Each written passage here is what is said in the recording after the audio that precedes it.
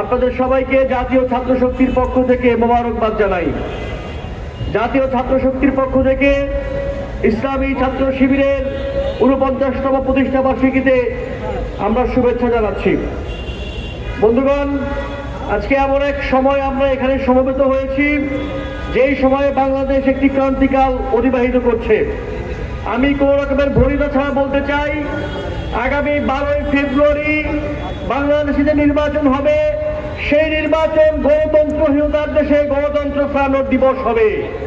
আগামী 12ই ফেব্রুয়ারি যে নির্বাচন হবে, সেই নির্বাচন ভারতীয় আধিপত্যবাদের মোকাবেলার নির্বাচন হবে।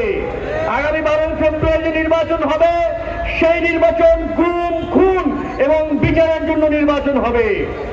বন্ধুগণ, যে 11 দলীয় জোট গঠন করা হয়েছে, সেই 11 দলীয় জোটকে বিজয় করবার জন্য বাংলাদেশ ইসলামী ছাত্র শিবির, জাতীয় ছাত্র শক্তি সহকারে 11 দলীয় জোটের সকল ছাত্র সংগঠন একসঙ্গে কাজ করবে বলে আমরা প্রত্যাশা করছি।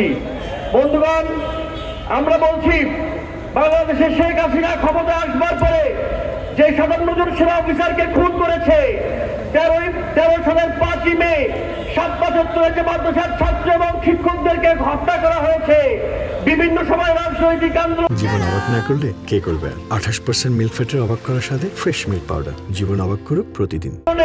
বিভিন্ন রাজনৈতিক দলের যাদেরকে গুম, খুন করা হয়েছে, 2024 সালের অগস্টে, জুলাই মাসে যাদেরকে শহীদ করা হয়েছে, হত্যা করা হয়েছে, এই সকল শহীদদের রক্তের বদলা নেওয়ার জন্য, এই সকল শহীদদের খুনের বিচারের জন্য 12ই ফেব্রুয়ারি 11 দলীয় জোটকে বিজয় করতে হবে।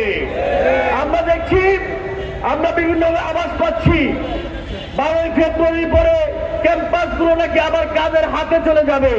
আমরা বিভিন্নভাবে হুমকি ধামকি শুনতে পাচ্ছি, যেভাবে করে ছাত্রলীগ একাধিপত্য বিরাজ করত, যেভাবে করে ছাত্রলীগ বিভিন্ন বিরোধী রাজনৈতিক ছাত্র সংগঠনের উপরে দমন পীড়ন নির্যাতন চালাতো, 12ই ফেব্রুয়ারির পরে নাকি আরেকটি দল সেটি করবার ইচ্ছা পোষণ করছে। আজকের এই শাহবাগে জাতীয় ছাত্র শক্তির পক্ষ থেকে আপনাদের সবাইকে আহ্বান জানিয়ে যাই, এই ক্যাম্পাস ছাত্রদের হবে, কোন ক্যাম্পাস কোন দলের হবে না, কোন ক্যাম্পাসের একটা নির্যাতন চলবে না, কোন ক্যাম্পাসের গেস্ট রুম গরম ফিরে আসবে না। আজকে এখানে দাঁড়িয়ে বাংলাদেশ ইসলামী ছাত্র শিবিরের ঢাকা বিশ্ববিদ্যালয়ের নেতা ডাকসুর সদস্য মেফতাহুল মারুফের কথা মনে পড়ছে। মেফতাহুল মারুফকে শুধুমাত্র একটি কমেন্টের জন্য ছাত্রলীগ নির্যাতন চালিয়ে এই শাহবাগ থানায় নিয়ে এসেছিল। সেদিন সকল ভয়কে উপেক্ষা করে মারুফকে ছাড়ানোর জন্য আমরা শাহবাগ থানায় এসেছিলাম। কোন ক্যাম্পাসের একটা মারুফ আমরা দেখতে চাই না, কোন ক্যাম্পাসের নির্যাতন চলবে না। 11 দলীয় জোটকে বিজয় করবার জন্য, ক্যাম্পাসগুলোতে শান্তিপূর্ণ শিক্ষার পরিবেশ ফিরিয়ে দেওয়ার জন্য আপনাদের সবার প্রতি জাতীয় ছাত্র শক্তির পক্ষ থেকে আহ্বান জানিয়ে আজকের মতো বিদায় নিচ্ছি। আল্লাহ হাফেজ, আসসালামু আলাইকুম।